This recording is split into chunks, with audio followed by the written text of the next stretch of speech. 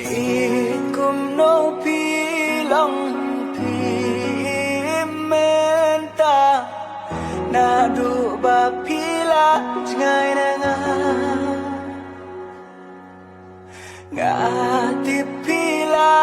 lat ya ka kerteng jong pipat kadang sa hanga nga menta pila don siya kaway